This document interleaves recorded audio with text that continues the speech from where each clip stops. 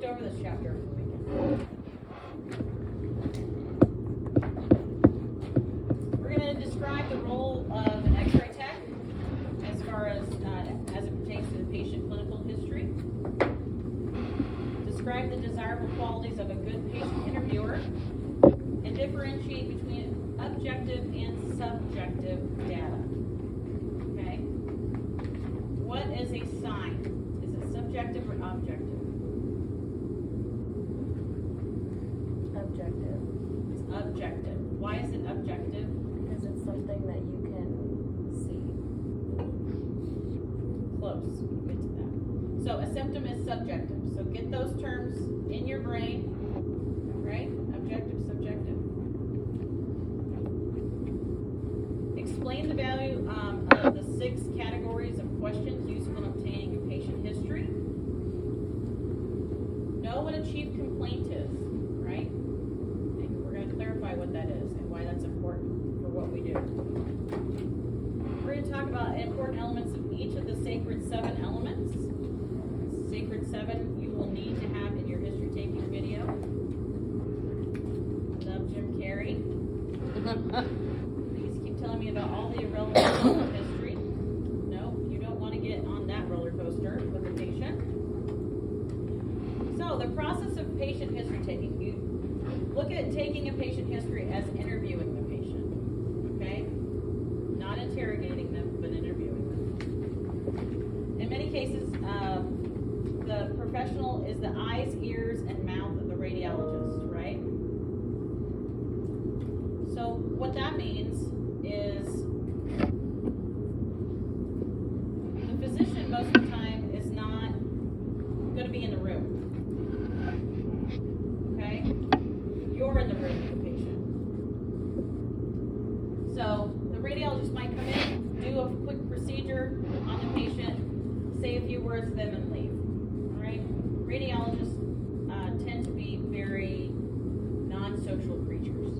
They're different kind of doctors. Okay? When you meet enough of them, you'll know what I mean. So often the radiologic and imaging science professional is the eyes and ears, and you need to have good history taking skills. So don't make things up, first and foremost, but ask open-ended questions. So you're going to gather what you need to know what you need for this patient in particular and whatever exam they're doing. And you can get as specific as you need to, okay? But it needs to have relevant history, right? So you have a patient come in and they say, I'm here for a chest x-ray. Okay. What brought you in? Well, I'm having problems peeing, and my right leg kind of hurts, and so you need to circle them back around. Is that relevant to a chest x-ray? No. So you bring them back around. Say, okay, so why are we here today doing a chest x-ray? I understand that you're having problems here and here, but what's going on up here? Okay? And then you can ask them things like, are you having pain? Right? Make sure they're open-ended questions. A genuine interest in what the patient is saying, not sitting there with your clipboard just going, is very important, right? The patient will tell you what you need when you show a genuine interest in what they're saying. Qualities that you want to have when you're interviewing a patient. If a patient is angry, acknowledge that. Don't try to just cover it up, right? Some people don't know how to deal with an angry patient. Anybody done customer service in here? Yeah, okay. What do you do with the angry customer, right? Acknowledge that they're angry, but say, we're here to try and help you.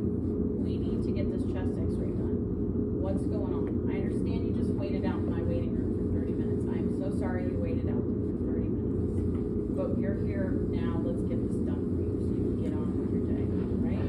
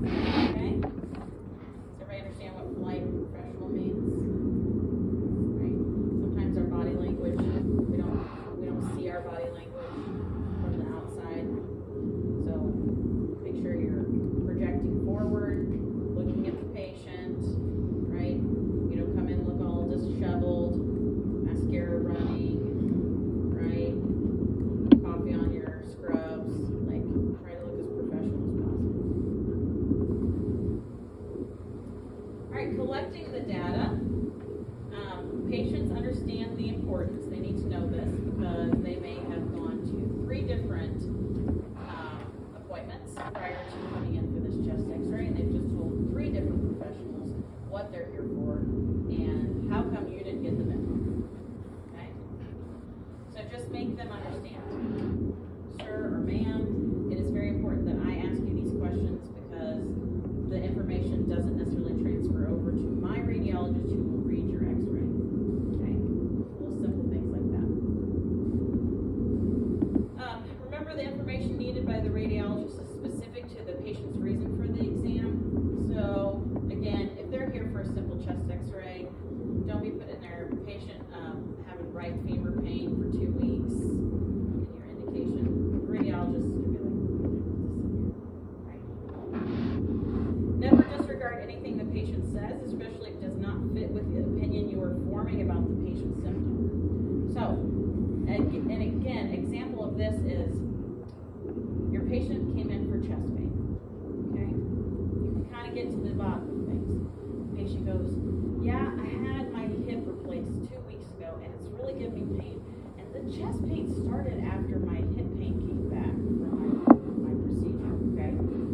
So you might be like, why is this guy telling me that his hip is hurting when he's here for chest pain? Right? And then he adds in, well, I'm also kind of short of breath all of a sudden after my hip replacement. So, putting the puzzle pieces together, you could say, he's had surgery 2 weeks ago, right? Which after surgery, people are more likely to have a blood clot. So maybe they're checking for a blood clot that's traveled to his lungs. So you can put in, patient started experiencing chest pain 2 weeks post-op from hip replacement, right? So you're acknowledging what the patient is telling you, because it could be relevant history that he's had surgery, right? But you're also making it relevant to the reason the patient's there for whatever exam they're having, okay? So we form opinions, right? It's like, I love a mystery, I love a good puzzle.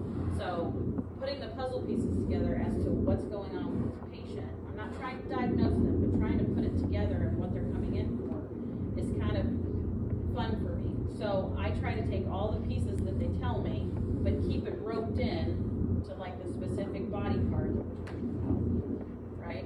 And then, hi Sherry. Hi.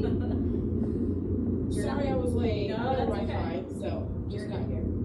You're not missing too much. We're just in the middle of chapter 12. Can you see the screen okay? I can. I was messing around. Thank you. Okay, thank you. You don't have to have your camera on and you don't have to have your mic on unless you need to ask me a question, okay? Okay, All right. sounds good. Right. So know what to kind of pick out of what a patient is telling you, okay? And hopefully in the beginning, you'll have a tech right there with you. So if the tech goes, okay, go ahead and ask them why they're here, and you start rolling into some history taking, hopefully the tech will stop you or interject and say, okay, so why is it you're actually here for the chest x-ray, right? If the patient's getting really off course. So you need to collect the data however your site collects it. We write on paper requisitions at North Kansas City.